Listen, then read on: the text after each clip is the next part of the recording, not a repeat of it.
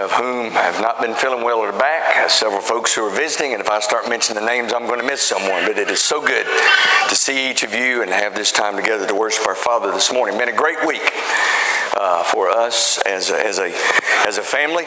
Many of you already know, we have not highlighted it, but Caleb's scans came back absolutely clear.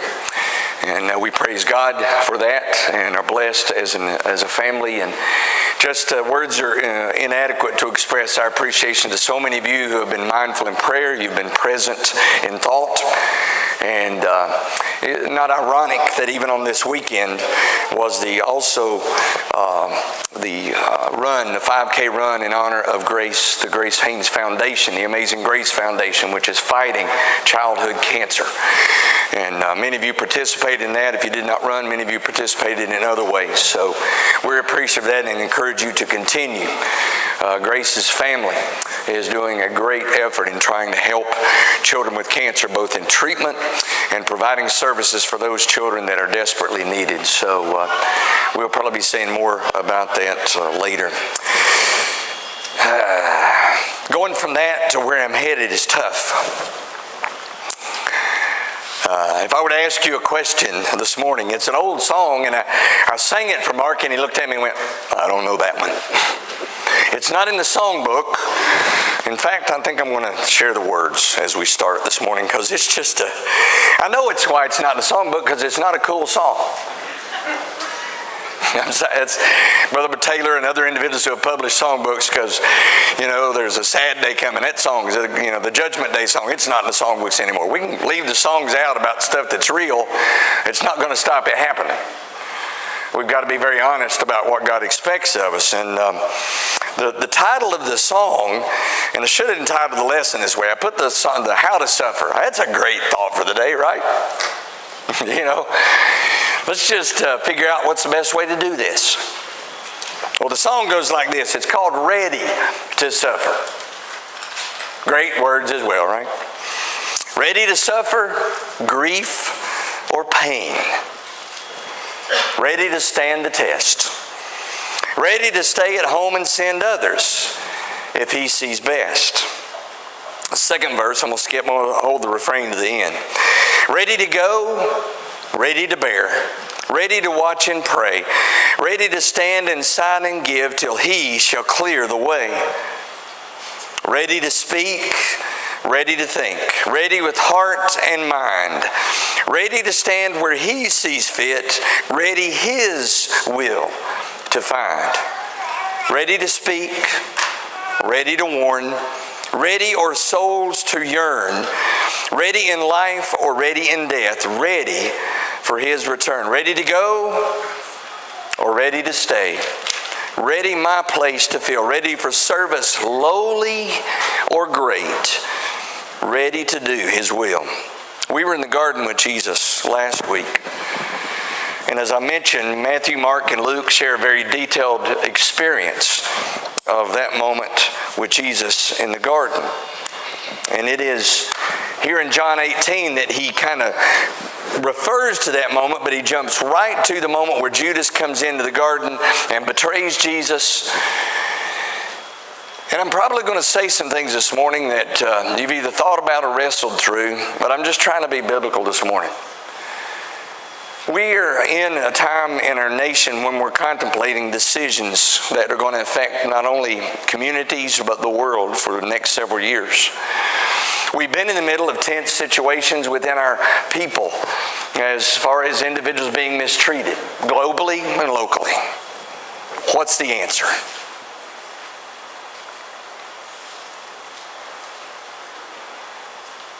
All I've got this morning is what Jesus did in the middle of a situation. Now I know somebody's going to immediately run hurtling toward well, I'm not Jesus. Well, no, none of us are. But he is our example. He sets the precedent for our reaction in times of struggle and strife and difficulty.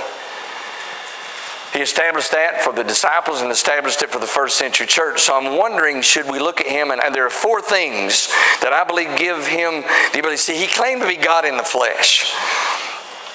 And that's something that makes this moment very interesting. When you look at John 8:58, John 10:10, other passages where there are moments where Jesus steps up and never backs away from the claim, I am God in the flesh. And in fact, it's the way he says something here in a minute that it's obvious that the people that are there that know the Bible and know the Abraham story, know the lineage of Judaism would have responded with what he said. Even the gospel writers, keep your mark in John 18, but flip back to Luke chapter 9 with me, verse 51. And I want to look at just a moment there where Jesus... the gospel writers know that he's got an intention. They see his determination. In Luke 9, verse 51, now it came to pass when the time had come for him to be received up, that he steadfastly set his face to go to Jerusalem and sent messengers before his face. And as they went, they entered in the village of the Samaritans to prepare for him, but they did not receive him because his face was set for the journey to Jerusalem. There was a moment in time when Jesus decided it's time for me to do what I'm supposed to do. Do you have anybody in your house that when they set their mind on doing something, you're not going to stop them?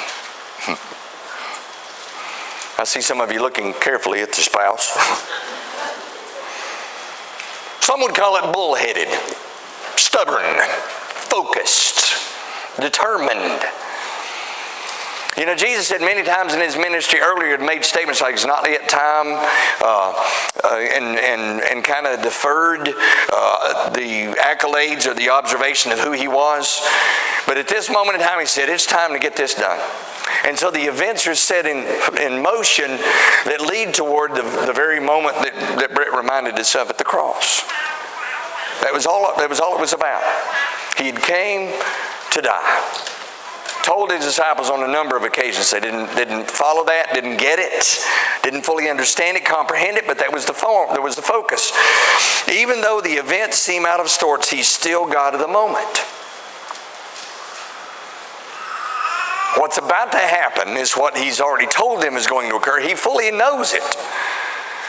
And in the initial moments of this encounter, if you go back to John 18, there's an interesting dialogue that occurs according to John.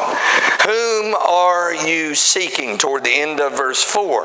They answered him, Jesus of Nazareth. And that's the reason Judas is there. He's gone. He's procured funds to be the one to betray him, and even tells them how he's going to do it. We're not going to go into the details of that. He does it with a kiss. They know who Jesus is. The whole town knows who Jesus is. But by legal, there's got to be a witness that says this is the individual who's being accused, and Judas accepted that as one of his followers. Betrayal. Jesus said to them, I am. Now, in your New King James Bible, and I appreciate sometimes when our readers make reference to particular translations, if you'll notice in my Bible, the he is italicized. There's only one word used in the original language at this moment. The Bible doesn't say this. I may be stepping out on a limb by making this observation, but this is a flashback all the way to Exodus to me. When Moses says, oh, by the way, when I go to Pilate, and as if I go, I'm just for the sake of discussion, I don't know your name. Whom shall I say sent me? I am. I wish I started to have James Earl Jones' voice come up and go, I am. I can't do that. Don't think Jesus did it that way either, but I'm going to tell you that the significance of that phrase, that form of saying, this is Jesus saying, not just, I'm the one you're seeking, because he says it again. Jesus said to them, I am. And Judas, who betrayed him and also stood with him, now when he said to them, I am, it says they drew back and fell to the ground. Just get this image. This is a garrison of soldiers. Swords, shields, spears. fully equipped. They have been in battle in the most fierce of situations, and you've got a rabbinic Jewish rabbi simply saying a couple of words, I am, and they fall to the ground. Why? Because some of them get it. He's going to strike us dead. When he doesn't, and we'll get to that, but the first thing you've got to understand is that we see his claim. I'm going to kind of, Jesus knew who he was. One of the ways we deal with struggle and stress and trouble and all kinds of, is we've got to be confident in who we are. If you remember back in John 13, that wonderful episode where they're in the upper room at the Last Supper, and as Jesus gets up, there's a phrase used about him, knowing where he came from and knowing where he is going, he was able to do a task that someone should have been doing. That was the servant task of the washing of the nasty feet. He gets up, puts a robe on, gets a basin, and goes and does that. But it's prefaced by Jesus was confident in who he was. Does that change how we approach situations? My word. When we have that kind of confidence, knowing, listen, there's not a great deal that anybody can do to me that really, Jesus said in Matthew 10, fear not him who is able to destroy your body, but him who is able to destroy body and soul in hell. And Jesus knew who that was. And he knew who he was. Part of our fear comes from not being confident in who we are and who's in control. That was not a problem for Jesus. Not a problem at all. And when he restates it again and again, and they ask him again in verse 7, then they ask him again, because they're all on the ground. And he's going, who are you looking for? Jesus of Nazareth? I have told you that I am. Therefore, if you seek me, let these go their way. If anybody's going to be arrested here today, if anybody's going to be punished, there's an incredible dilemma in our world and our culture. How do Christians respond when we're mistreated?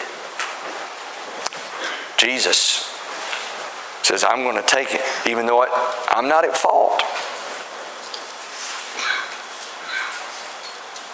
That whole charade from John 18 forward and all of Matthew and Mark and Luke's accounts of this particular event are out of kilter, because the way that it's done, the kangaroo court that's set up, the whole situation is just a mess. It's illegal. It is in violation of so many particular rules and regulations, and yet Jesus doesn't say, this is an illegal gathering, you have no right, there is no warrant, I'm not going with anybody. No, his first thought, just like it is every other, you can take me, but let these go. And he'll finish that by saying, so that maybe what was foretold, I have lost none of those you gave me. We see his concern for others. Getting outside of ourselves. Not only knowing who we are, but making sure our decisions are solely based on what's best for somebody else, not just me. You think that could conceivably change the whole way we're looking at so many things? Whew. Because ask me, I know what should be done. Right? Poll me. Give me a questionnaire and let me fill it out. I can give you some detailed things that need to happen, because I know how I feel. But you factor in when I start thinking about other individuals, and make sure that I am consciously mindful of everybody, not just a few people. All folks. That's Jesus. Again, hear that I'm not Jesus, but we're trying to be. We're trying to be. And that was his first thought. I have told you that of those whom you gave me, I have lost none. Oh, but always in a group like this, there's somebody ready to spring into action. And bless Peter's heart. I don't know what went through Peter's mind. They're all on the ground. We can get them. I don't know what he was thinking. One man, two swords. I know they had two swords because there's a prior conversation of Jesus saying, and then they tell him, we got two swords, that's enough. I don't know what, that whole concept of there's two swords, there's different assessments of how many soldiers, whether it's 16 or up to 100, probably with the regiment of coming in just to take this one rabbi. However many it was, they were overmatched with two swords and a bunch of fishermen defending. But Peter said, I don't care who it is, because I made a promise to Jesus.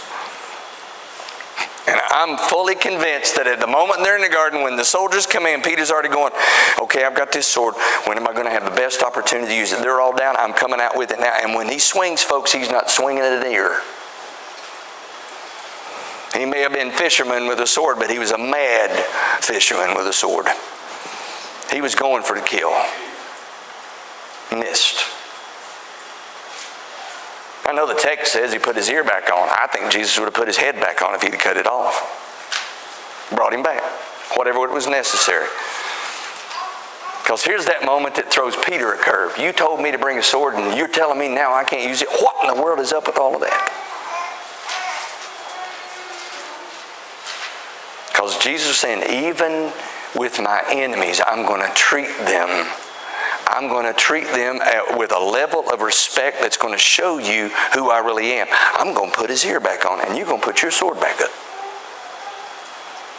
Now, I'll stand before you this morning and tell you that had to be one of the most confusing moments ever in Peter's life. You told me to bring a sword, I try to use it, and then you tell me to put, and not only that, you put the guy's ear back on. How humiliating. Not only am I a poor swordman,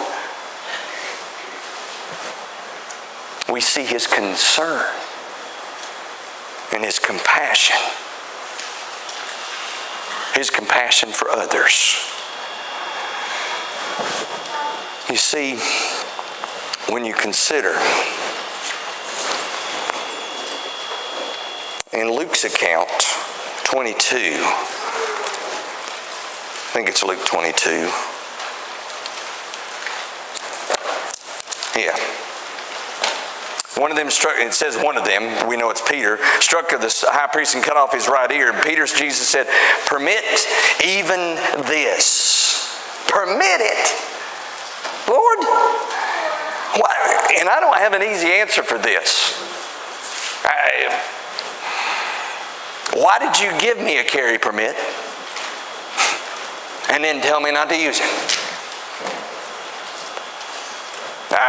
I'm confused, just like Peter would have been. And he touched his ear and healed him. And then listen to what Jesus says in Luke 22:52. Jesus said to the chief priests, captains of the temple, elders who had come to him, have you come out as against a robber with swords and clubs? When I was with you daily in the temple, you did not try to seize me, but this is your hour and the power of darkness. He determines, when I'm mistreated, when things are going the way that they're not supposed to, I'm going to show you how I'm going to treat you regardless of how you treat me. Wow. How powerful is that? What a difference that makes. And when you go back to John 18,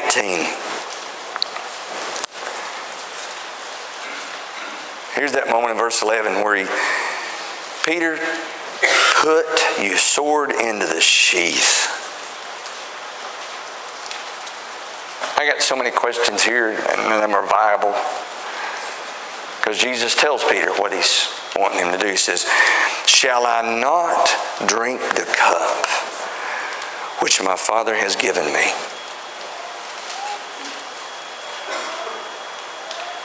I don't know what your cup is.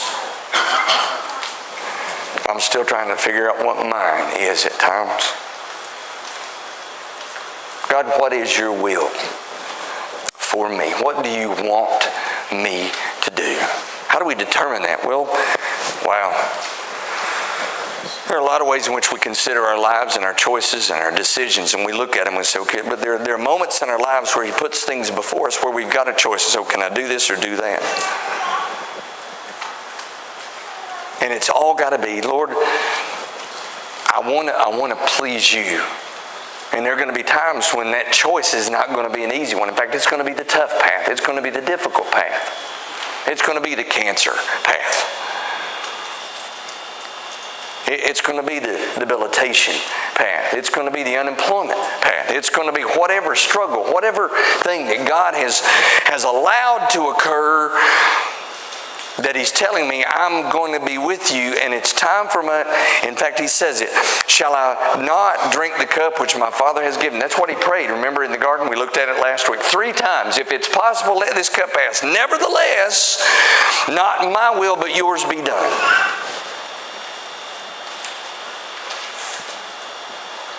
Easy segue this afternoon. There's an opportunity this afternoon. There's a song that we sing at camp. I love the words to it. Would you be poured out like wine upon the altar for me? Would you be broken like bread to feed the hungry? Would you be someone in me that I can do just as I will? Will you be life and love and love my word fulfill? The last part of those words I'm missing. The response to that is, yes, I'll be poured out like wine upon the altar. What that means is you take your cup and you empty it. You say, Lord, I'm ready to do I'm ready to suffer grief or pain. I'm ready to stand the test. I'm ready to do what You need me to do. And I don't know what your plans are this afternoon.